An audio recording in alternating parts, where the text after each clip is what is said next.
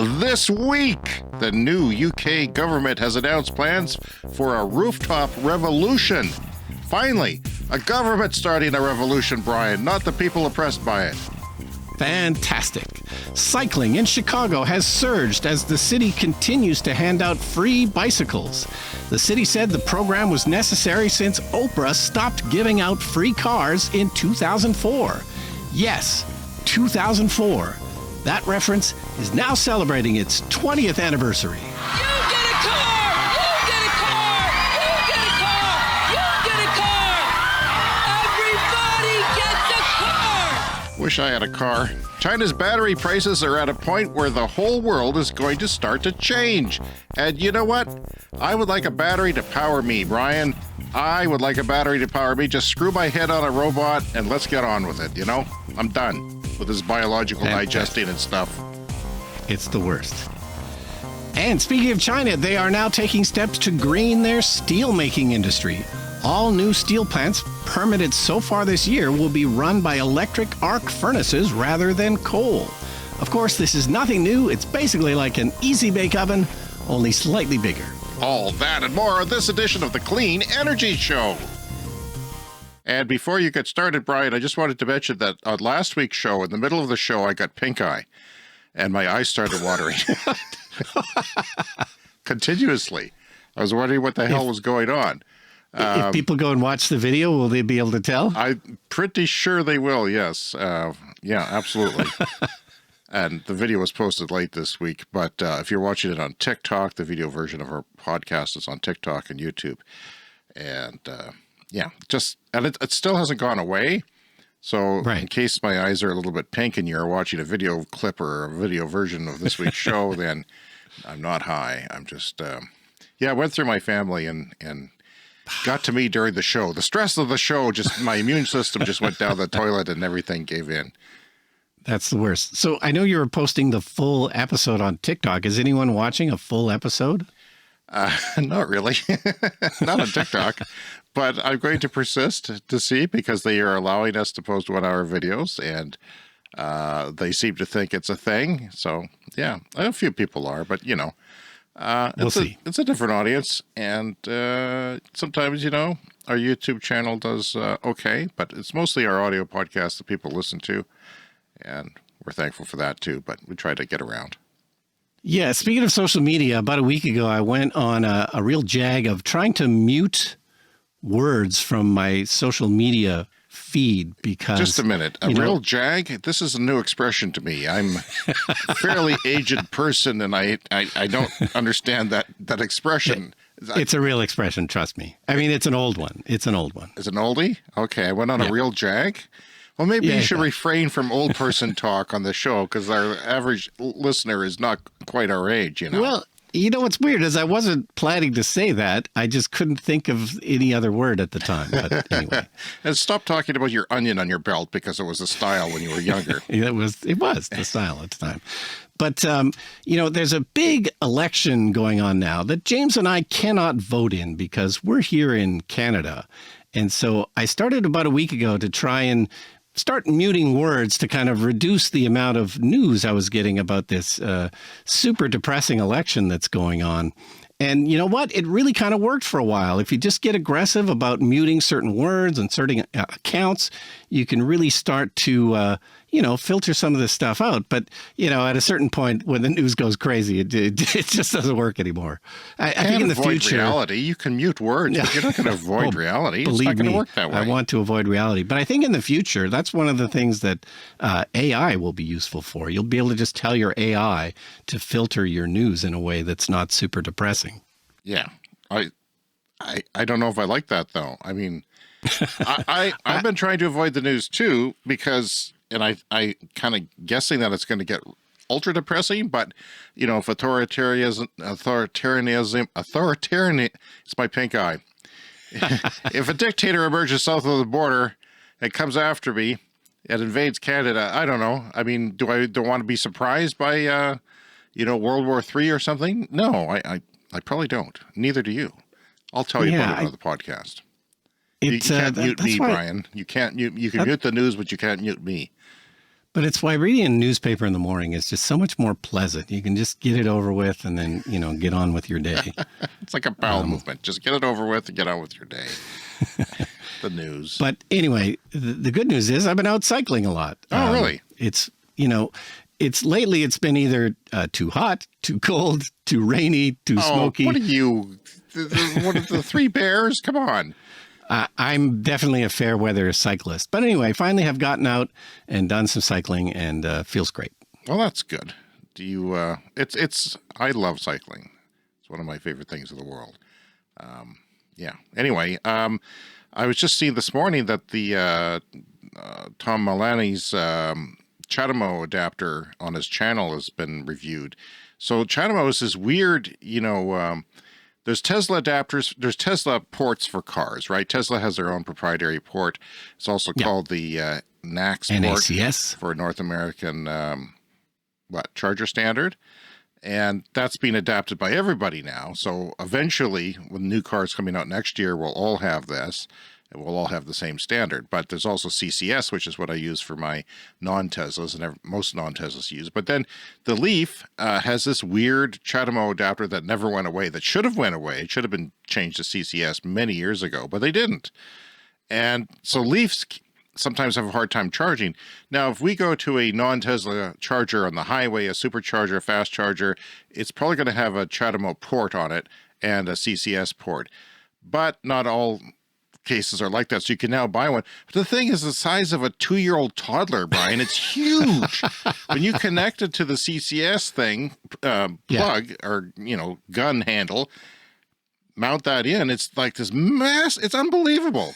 I mean, the Tesla thing is like a pencil by comparison. Yeah. It's just really. But yeah, I'm sure there's a lot of Leaf owners out there who will be will be clamoring for this. Anyway, so it's been the summer of soccer. You may not know that. My son is a soccer fan, and he's dragged me into it. There's the Copa America, which is now the Western Hemisphere, basically. It used to be just South America. They've brought in us, and Canada did really well, unexpectedly, and made it to the semifinals, which is weird. And the United States, I'm sorry, you did very poorly. And then there's the Euros, which is the European soccer, which was a big deal too. But both were sponsored mostly by BYD. So if you watched any game, you would see the sideline markers talking about BYD. So my son, my wife, everyone was talking about it. It's very much in their consciousness now, and I think, judging from my own family, that they've done that. So BYD, if you don't know, is the Chinese automaker who is mostly making EVs. They're making them very good quality cars that are cheaper, but are facing tariffs in the United States of 100%. So they're doubling the price so that they're not threatened by them. They are taking over the world, and some analysts think that they'll get to be the world's largest automaker by 2030. So we'll see about that. And Brian, you criticized me rightfully for never leaving the house. Well, I actually had a party this weekend. Wow. For a group of people. It's kind of a reunion for a short film we did about 12 years ago or so. And it's my friend Lowell, who is a film director. He now directs feature films. He's got 2 feature films coming out this year. And, his life after that film became serious. So this is kind of the last thing we just did for fun as a group of friends, and everyone's friends in that group. And I made a lot of friends when I came on that film. They also made a bunch of these films. It's called Juice Pigs. You can't find it because he's embarrassed by it now. So he's erased all traces of it from the internet. It is not even, I think if you search Facebook, you might find a teaser trailer, but that might only be for people who were involved in the film. Anyway, I decided to throw it here.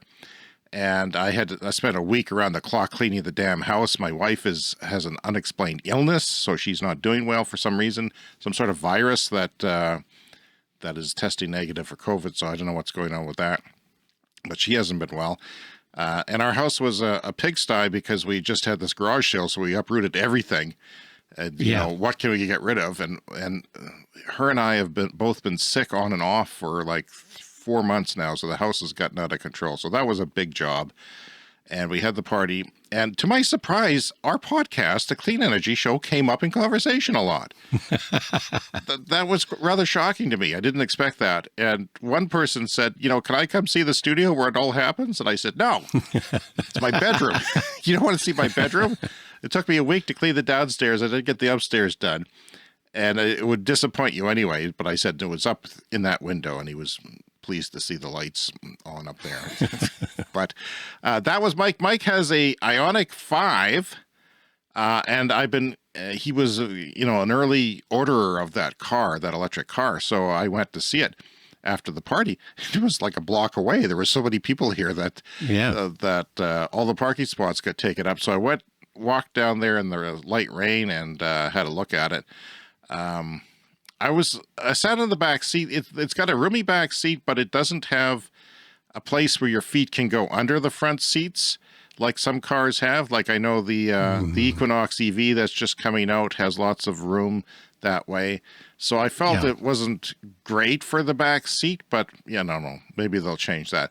Beautiful car though, inside and out.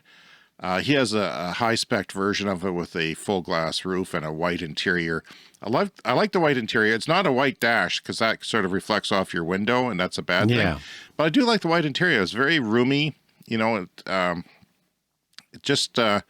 very much is a small SUV, and enough room for anybody's needs, I would imagine, unless you have a lot of kids. Actually, one of the cast members from that film has a lot of kids, has 5 kids, 2 sets of twins. So she couldn't make it. And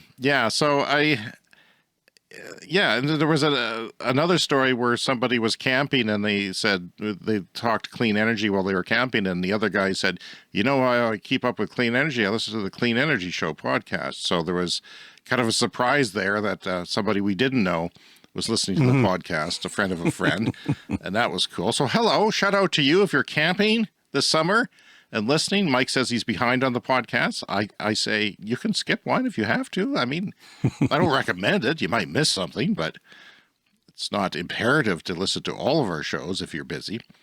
It's just very cool. And this is really weird. Like Lowell, the director of this film, and a good friend of mine for 25 years now, he was in America. And I said, why are you in America? You having meetings with Scorsese? What's going on? Warner Brothers? What's going on? He says, no, I went to my sister's wedding. And his sister is an academic. She did some things with women's studies. And I think she was teaching in BC, Canada at a university. And then she took a sabbatical and she was in California, but he didn't know why. She should know why, but he didn't know why she was there. But maybe she was researching a book or something. I don't know. But she had met somebody at kickboxing.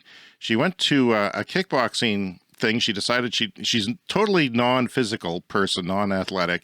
She took up kickboxing. She got punched in the face and loved it. And she was hooked, apparently. So she went into kickboxing, and then she met this other guy in kickboxing. And you won't believe who this guy is. He's the CEO of LimeWire Motorcycle Company. Wow. So he's now practically a family member of mine. This company that we've talked about on the show many times, probably one of the leader North American electric motorcycle makers, and that's all they do. Harley makes electric motorcycles, but that's not all they do, right? So yeah, I thought that was very interesting. And he said, well, maybe I get him on the show. And I said, of course you can. But it's very close to home.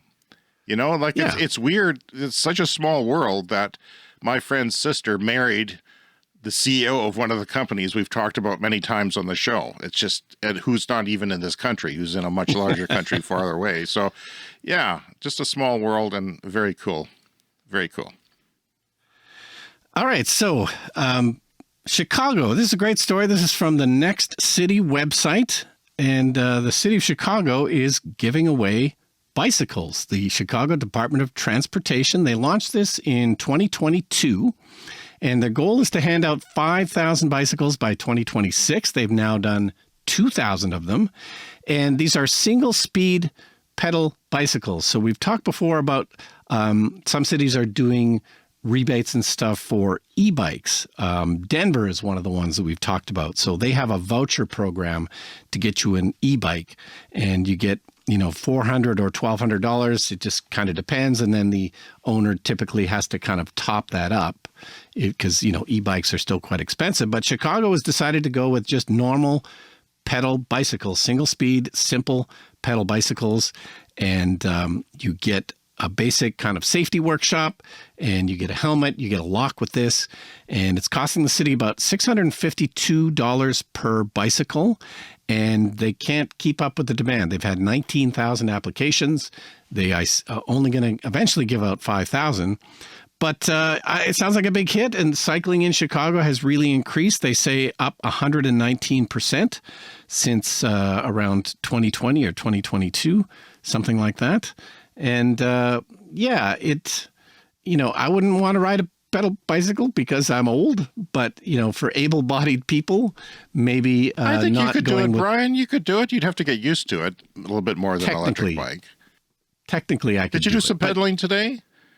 Oh yeah, for sure. I get a good workout on the e-bike. Well, that's good. So I'm not sure, which is the better option, e-bikes or regular bikes. But, according to their data, it sounds like this program is definitely working in Chicago. So I saw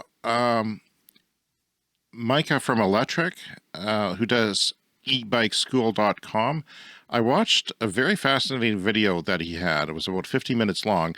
We're going to China to see all the a few e-bike factories. They were all sort of tied together, but you could see a motor factory, and he spent 8 days there.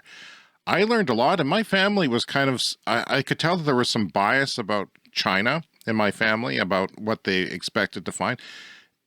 It's not, I imagine most Americans have a very improper opinion of what Chinese society is. It is much more advanced than I think a lot of people think. But for instance, there was robots that went to people to take room service, and every hotel had a robot. Every hotel. Wow. But the reason why I brought this up was I was worried about, bicycle theft. If you're a poor person, you finally got a bike and it's changing your life, and then what happens if it was stolen? I always have that fear because it's happened to me when I was a kid. But they said that no one locks their bikes there, their e-bikes even, or e-scooters, because there's so many cameras everywhere, and they all know your face, which is a bad thing. Don't get me wrong, but the upside is that you cannot have to lock your bike or your e-bike or your charger or anything like that. They had bicycle charging stations where were just a plug, so you had to bring your own charger. The chargers were pretty cheap there, so even if you lost one, you could get another one pretty cheap, and no one's bothering to steal them because the cameras are on you. I thought that was, I recommend people watch that video. I found it very interesting from a travel log perspective. And, it's very interesting to see. And you won't believe how they serve McDonald's fries there. It's in a completely sealed box. And I see your cat is back on the show. Give me a glance. Hello? What's the cat's name again? You're muted? Calypso is the cat. Calypso is the cat. The Clean Energy Show cat is back. Yeah. Cleaning up, probably dusting off things as she walks by. Says she? Yeah. Just if something crashes and falls, I may have to stop. But so far, it's all right. All right. Well, curiosity killed the cat. I'm a big fan of accessibility to bikes. I've known people who are financially challenged who would have greatly benefited from a bike like that. But then I would have worried about it being stolen as well, especially if it's a new, shiny new bike. But yeah. Yeah, and of course, there's European cities where people don't lock their bikes because they're all kind of plentiful, and they tend to all have the same bike. One of the problems here in Canada, North America, we tend to get these super expensive bikes.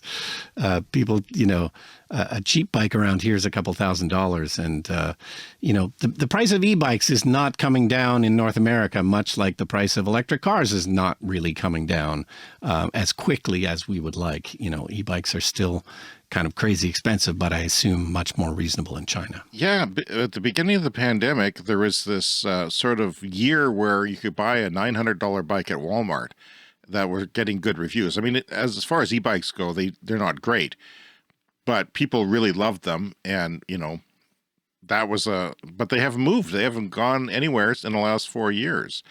Part of that has been the pandemic caused a huge demand for them. I got on that early and got one, and then I haven't seen my bike available very often since then.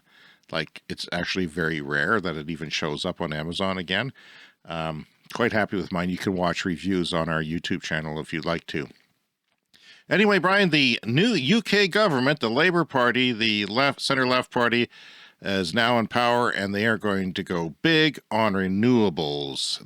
Keir Starmer, the Labour government's new prime minister, announced plans for a rooftop revolution to fit millions more homes with solar panels on their roofs of those homes, lowering energy bills and tackling climate change.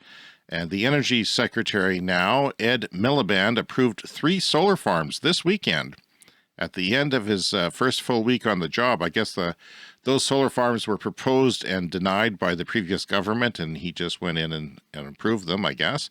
A lot of it is not in my backyard, NIMBYism. And he said, to hell with that, we're going to have to fight that misconception on there. And the farms are in East England. The 2 first farms will generate 500 megawatts of power. The latter will generate 350. Biggest one we have around here is being constructed as 100, so that's 5 times that. Pretty significant. That's 2/3 of the solar that was installed in the UK last year has been announced in 1 week, Brian, or 1 day, one announcement. So 2/3 of all the solar last year. The farms had been blocked by the previous Tory administration, and they worked quickly to remedy that. There's a story on Electric, and there's a story on The Guardian. Ed Miliband, who has promised to triple the amount of solar in the UK by 2030, as well as double onshore wind and quadruple offshore wind. They said on Saturday night, I want to start a solar rooftop revolution in the UK. We'll help builders and homeowners as much as we can to use this awesome technology so millions of homes can make their own electricity, lower their bills, and fight climate change. And I'm really coming around on rooftop solar. It's such a powerful thing. We're seeing it in China. We're seeing it on balconies in Europe have a significant effect. Like, just go to the store and buy a, couple $100 solar system, and it actually has an effect on things. And of course, Australia, parts of the South Australia grid has been 100% powered by rooftops at certain points. So his team said the new government is ready to stand up to people who oppose new developments to help combat the climate crisis. I like to see that, because I don't think that wind farms are one thing, but solar, I don't know how you can complain about that so much. The big complaint is it's taking away from agricultural land, but it's really not taking that much. It's like around 1% at most, just to get to our 2050 completely decarbonized goals. So one of Energy Secretary Miliband's first actions last week was to lift the party's ban of building new onshore wind farms. There was a ban on onshore wind farms for a while. And it's also made the bold move this weekend by approving 3 large solar farms. As I mentioned, the government is considering new solar standards for newly built homes starting next year. So potentially a newly built home may have to include solar. And I think they've done that in certain jurisdictions in North America on the West Coast. Yeah, or at the very least, we've talked about this many times, just mandate it so that there's a south-facing roof so that it's available in the future for solar. I'm a huge believer in that, living in a passive solar house or a solar tempered house, whatever you want to call it here in Canada, because it even at minus 40, if it's sunny, the furnace does not come on all day. Yeah. And with modern insulation standards, it's probably as good as my house. A new house is probably as good as my house, even though it may not have, ridiculously thick walls and stuff. It's probably very airtight. Why not, mandate east-west roads? And because I'm sure even if people did nothing, that would lower the consumption Yeah. costs in cold weather, Well, the heating costs. when we first talked about this years ago, I remember the stat was that in Canada, our homes in Canada are heated in the winter approximately 8% by the sun. And that's without planning anything. That's just, the sun gets super low. It shines into your house in the winter and we get 8% of our heating. And just imagine if we actually optimize for that, you can go way above 8%. Yeah, being at a northern latitude, the sun in the winter is very low in the sky, so it has a more perpendicular angle at your windows and gets through, the thermal gets through your windows. Come late February, I would say it starts to reduce around then, and then by the summer, it's not a problem. I actually start to feel it again in mid-late September. The sun starts hitting the house even more than it does in the summer. So, yeah, that's just one of those things. This is the single set of decisions in the United Kingdom will boost UK solar voltaic capacity by 10%. Just one decision, boom, 10% more. That's enough for 400,000 homes. And The Clean Energy Show wants to hear from you. Contact us by email at cleanenergyshow@gmail.com or by online voicemail at speakpipe.com/cleanenergyshow. All right, another story from China. This is from Bloomberg. They have now, in the first half of this year, in approving new steelmaking projects, all of them are going to be electric arc furnaces. So steelmaking is one of those things like concrete. Building materials can use, can create a lot of carbon emissions. So the steel industry in China is the second largest source of carbon emissions at 15%. So greening up the steel industry is a big, big deal. And this is part of the country's plan in China to get to carbon neutral by 2060. And they've been making huge progress in this. So in the first half of the year, they didn't permit any coal-based steelmaking projects. So what they approved was a capacity of 7.1 million tons a year of steelmaking, and this is all from electric arc furnaces. So traditionally, steel is made by burning something like coal or natural gas, but you don't have to do that. You can use electricity, and of course, the country's grid in China is getting cleaner every year. So this is just one of those industries that we're going to have to clean up, and congrats to China for making some big progress on this. yeah, we have an electric arc furnace just down the road from me does scrap. And I was reading that there's two ways to make steel. One is to use coal, and one is to use scrap metal. I don't quite understand how that works, but it's like you're using the scrap metal to create heat and to create some sort of molten thing that the steel can be made of. And I guess that's what they're doing here with the electric arc furnace. Yeah, but it's still, they're powering it with a dirty grid, unfortunately, where we are. But that's not necessary. The same company has a steel mill, electric arc furnace steel mill in the Denver area, and they've put up solar farms near there to, offset, not completely cover, but to offset some of their emissions, which seems like a good idea. If you're using electricity, why not invest in solars to save money? Because the payback period would probably be quite fast for an industrial operation like that. That's one thing that I always like to see. Lots of big tech companies are investing in their own power generation. So, yeah, coal is one of the biggest emitters in China, and yeah, they're getting off of it basically quickly. Even though they're building new coal, they're not going to necessarily even use them. China battery prices equals a huge shift in the way the world is going to work. They've reached the point over the last year that the price for lithium iron phosphate batteries, LFP, that's one type of lithium battery that's cheaper and uses less critical minerals. Those battery cells in China have dropped 51% year over year to $53 per kilowatt hour. So that's storing 1,000 watts for an hour, a battery. That's the measurement that they use for batteries. $53 and $100 was kind of the place where you wanted it to be competitive with combustion cars. So last year, the average global price of those batteries was $95, which was also pretty good. But then it took a sudden dip because there's oversupply in the all across the supply chain. There's oversupply because they sort of built up for an undersupply for a while there, and the prices were really high. So last year, $95, and several factories are making prices even lower. Several factors are making prices even lower. First, the cost of raw materials has decreased a lot over the past 18 months because there's an oversupply of that. Most of the raw material costs for a battery come from the cathode. In China, the cathode share of total cost for a battery cell has gone down from 50% at the start of last year to 30% this year. That's pretty significant because a fairly big part of the cost of that battery has gone down. And batteries are so important. They're going to power the grid. They're going to power transportation. They're going to power all kinds of things. The fact that they're getting so much better and so much cheaper is so important to the energy transition and to decarbonizing, electric transport, all kinds of different places, including the grids. So when there is too much capacity or overcapacity, the most efficient plants with the newest technology get more business while others close down.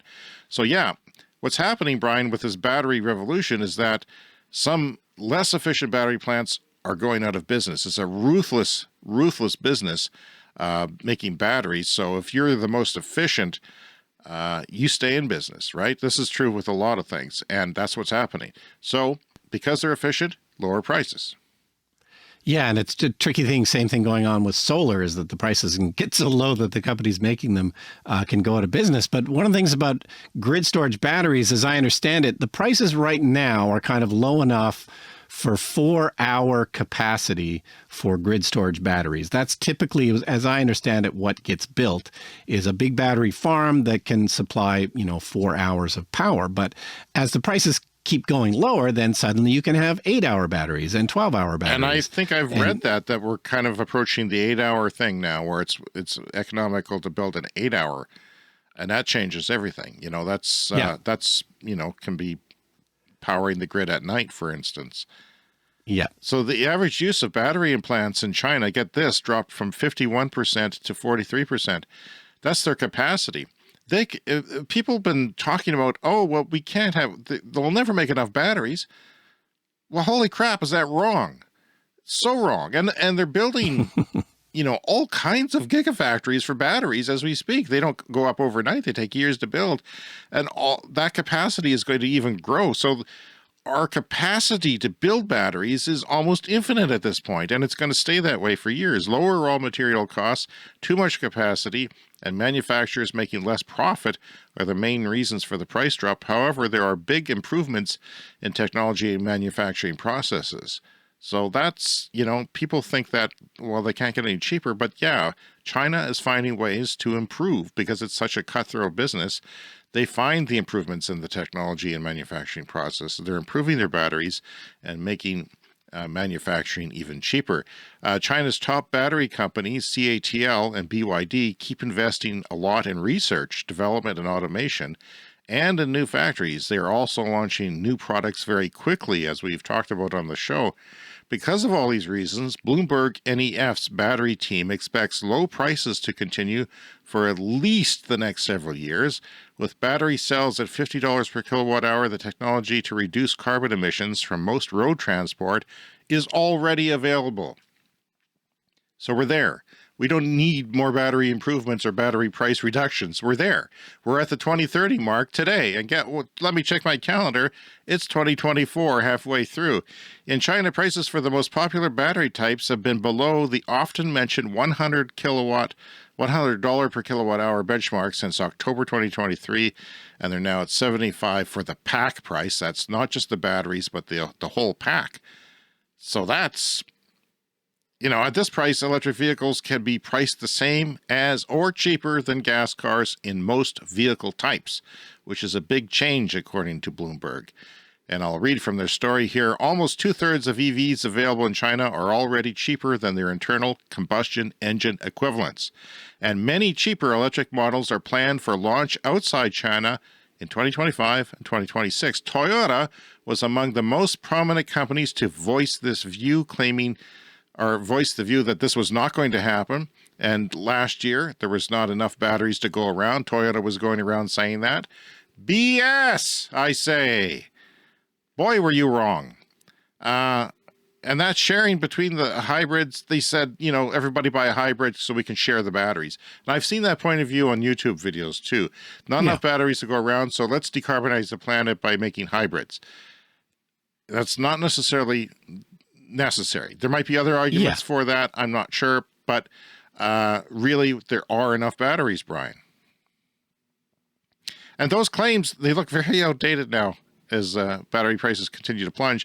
Now, Sandy Munro, the consultant that is often revered by Tesla people now, he was on Robert Llewellyn's podcast talking about why China EVs are cheaper. He gave a few points as to why that is. A lot of people think it's slave labor.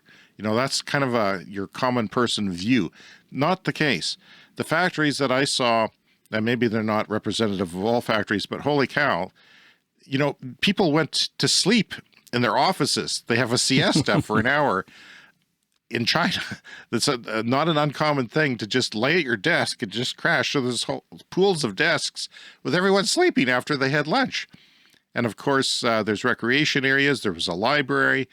And I asked my wife, would you take the siesta or read a book? And my guess is she would have went to read a book. Even if she needed a siesta, she really liked reading.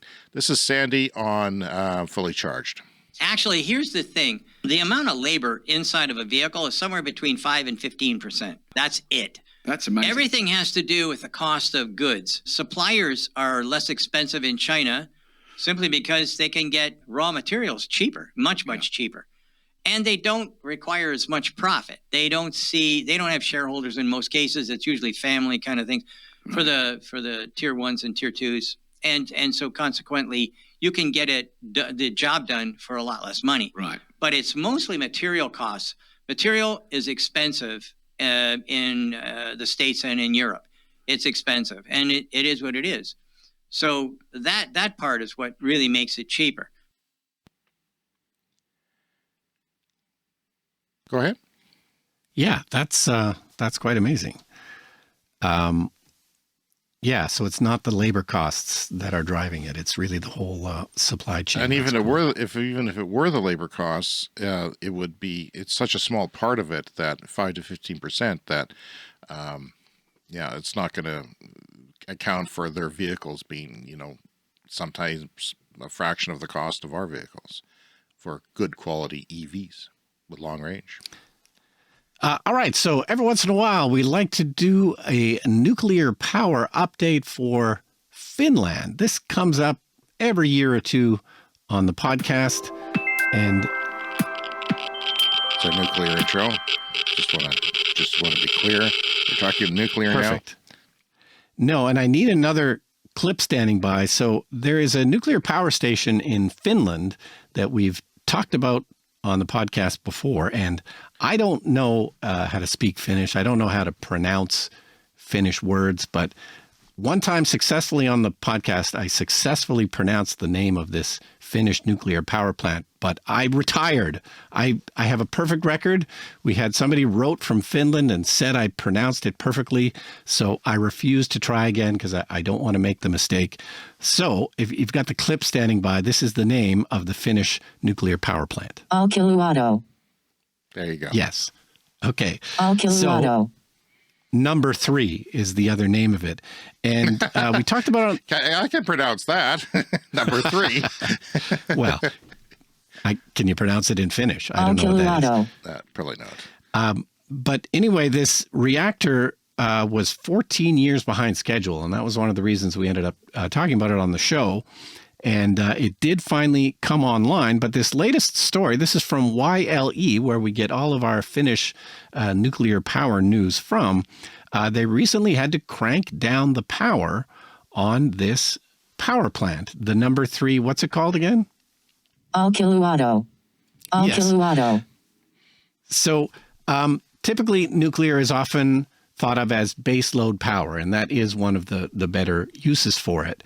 But I think we're going to run into a situation where, this was 14 years late coming online, and what happened in that time is other solar got built, other wind got built, and there's a lot of nuclear projects all over the world in various stages of the pipeline that might be finished if they go ahead with them, might be finished 10 years from now, that kind of thing. But, if this plant had come online 14 years ago, it would have been a different story. We wouldn't maybe run into these problems. But what happened is they've had a lot of rain in Finland, and it's often the hydropower that they can turn down. Like if there's too much power supply, what do? You just shut off your hydropower. You just let the water build up in your hydroelectric dam. And then when you need the power, you let it go again. But basically all their hydro was full, and they couldn't turn it down. And so they had to turn down the nuclear power plant instead, because power prices dropped to 0 for a while and then just slightly above 0 for a while. And, it is not economical to operate really any power plant when the prices get that low. But because of the specific situation of having to release the water from the hydro, it was the nuclear that had to crank down. But I thought the main lesson from this was really just that idea of, a lot of people still think that nuclear is the savior, but, the delay in building them, it's going to be a problem, because you might plan a nuclear power plant for today and for today's power grid, but every power grid in the world is going to be vastly different 10 years from now when that nuclear power plant finally comes online. And, you could maybe make an argument that it's economically viable right now, but economically viable 10 years from now seems highly unlikely. And, just the whole nature of the grid is changing, and it's just going to have to be smarter and more flexible. And nuclear isn't known for being flexible, certainly in a future power grid. Again, that is called the Olkiluoto power plant in Finland. And, I find it kind of interesting that data companies like Microsoft and Google are talking about building nuclear power plants just for their data centers. Yeah. So they'll be, I guess, behind the fence, they call it in the grid world. They won't be connected to the grid. It'll just be them, and they know how much they'll use around the clock, and the nuclear power plant will provide that around the clock. So we'll see if they do that, and if it's truly economical by the time they get those built. I am seriously doubtful of it. Yeah. I mean, maybe there's a scenario, but, how much power are they going to need for AI? Like AI data centers are now the big talking point. They're going to need so much power. Well, can they accurately predict how much power they're going to need in 10 years from now when their nuclear power plant is finally finished? Yeah, I mean, 10 years ago, would they have even guessed that AI was going to be the nature of it, and how sort of ubiquitous it now is, and how the training of those models takes so much power. And chances are they're going to need something more flexible, like everyone needs something more flexible, which is definitely going to be more like solar, wind, and these super cheap batteries we were just talking about.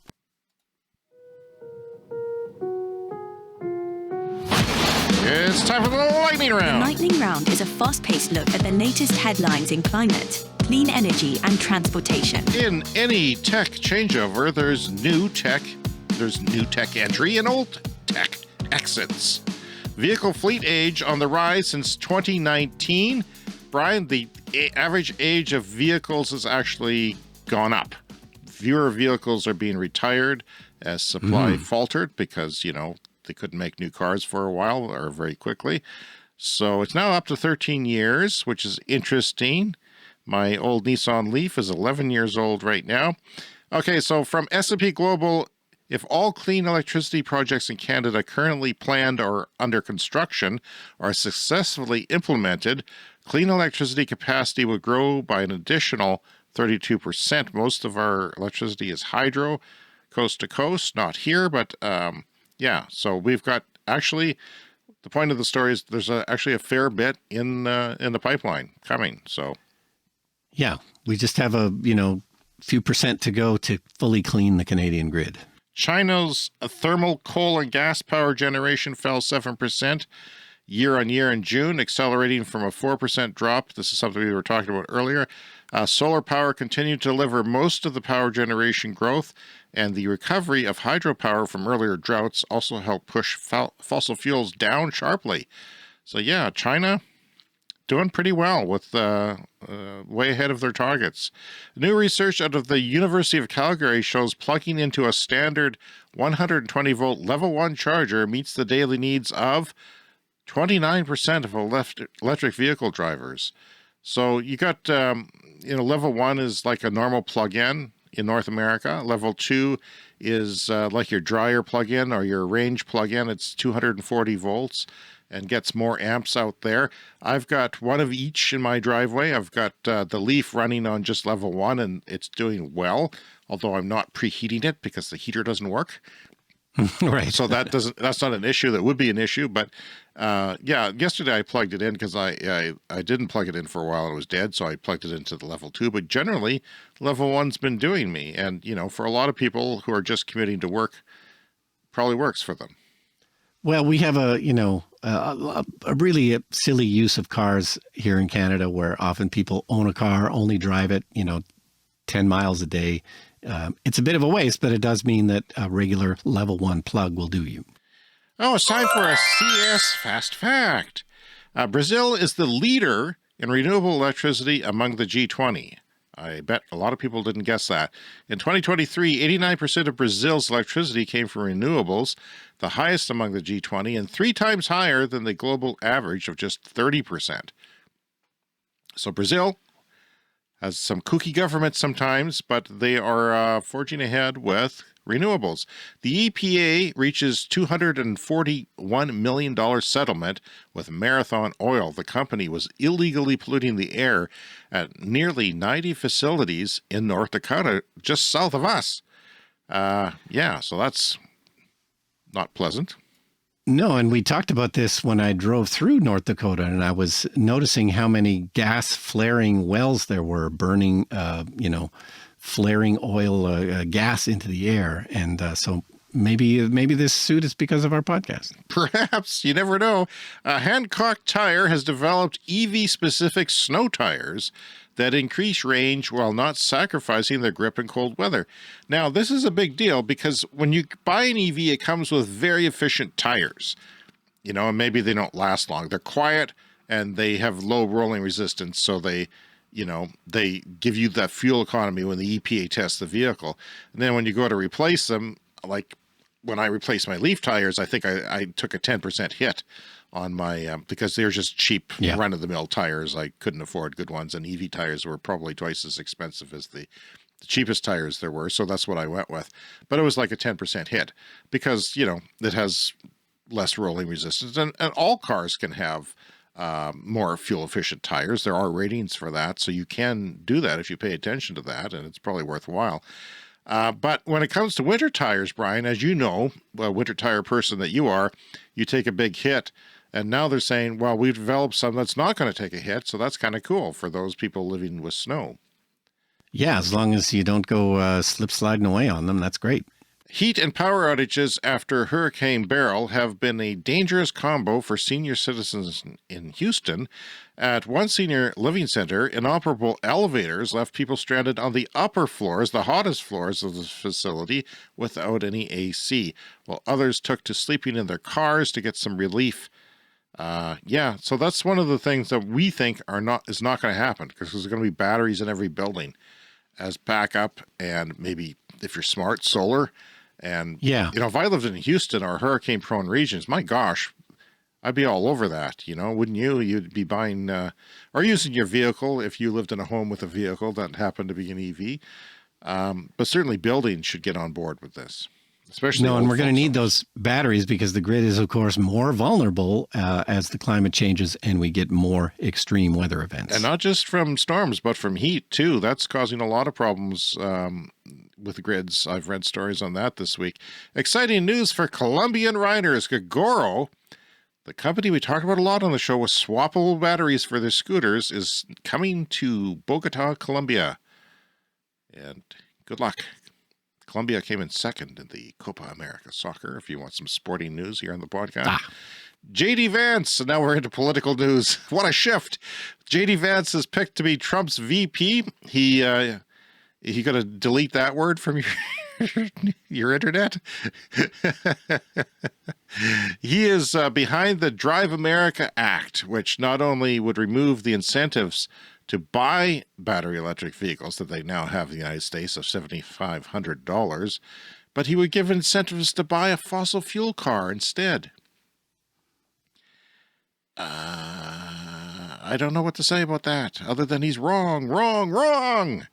Tesla's California virtual power plant delivers 100 megawatts to help the grid. Now, a virtual power plant. That is when a whole bunch of people have batteries in their homes and have signed up to the grid to use that battery whenever possible. You could do that with cars, but that's not really happening yet. So the power grid needs power. It sucks it out of your batteries. Not the whole battery, but maybe a little bit just to keep the grid going when there's a dip or a failure or something. And you get paid for that. So that's, and you can charge it up cheap at night or charge it with your solar panels. So 100 megawatts, Tesla announced that was going in, and that has reduced the need for gas peaker plants, which basically fire up during peak times of the day and whether they're used or not. It's peaker plant season in California, Brian. Heat waves are hitting the region. People are cranking up their ACs, and it's putting quite a load on the electrical grid. In 2021, Tesla launched this virtual power plant pilot program. Boy, that's hard to say. AI should just do our podcast for us. I think we can't speak anymore. That's in California, where Powerwall owners would join voluntarily without compensation to let the VP Powerwall from the battery packs where the grid needed it. Tesla announced that it had one of those emergency load events a couple days ago, and its VPPs provided quite a bit of electricity. 100 megawatts is a lot of electricity during that event. BP first unveiled their highly curtailed oil demand growth forecast back in 2019, which projected that after 2025, any growth in oil and fossil fuels would be scant at best, while in this year's outlook, the trajectory is maintained. And they think that they will see a peak in fossil fuel, oil and gas demand next year. Temperatures in Europe are getting close to levels at which some oil refineries would have to actually start making less fuel. Greece is battling wildfires, and the nation's capital could see temperatures above 40 Celsius, 104 Fahrenheit, in the coming weeks. In Poland, heat may soon exceed the point at which the country's top fuel supplier can run its refineries normally. I didn't know that. Gets too hot, you have to shut down your refineries. Or scale them back at least. The one group estimates that the heat-related disruption at European plants reached about 1 million barrels a day last year. That's a lot. That's 10% of what they normally handle. That's how much they had to go down due to heat. And finally this week, this is from Bloomberg, China is the world's top polluter, but its emissions are shrinking and its peak emissions may have already be behind us.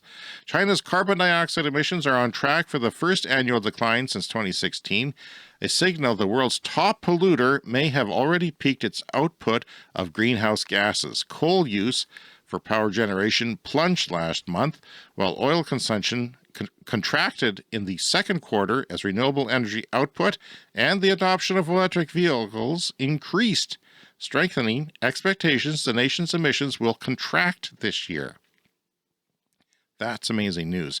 A shift in China's economy away from emissions-intensive sectors and a tentative retreat of fossil fuels raises the prospect that any decline could be sustained permanently and mean carbon pollution topped out last year well ahead of Xi's 2030 target. Brian. And that is great news to end the show on. And you can contact us, cleanenergyshow@gmail.com, around social media, Clean Energy Pod. And there are videos on TikTok and YouTube featuring special content, not on the podcast. The video version of our podcast is usually released the weekend following the audio version, if you want to check that out. Rate and review us on Spotify. I'm pushing Spotify this week, Brian. If you're listening to us on Spotify, give us a rating and review over there. If you're new to the show, we ask that you subscribe to the podcast. It's free, and every time we release a show, you get it delivered to you. We'll see you next week. See you next week.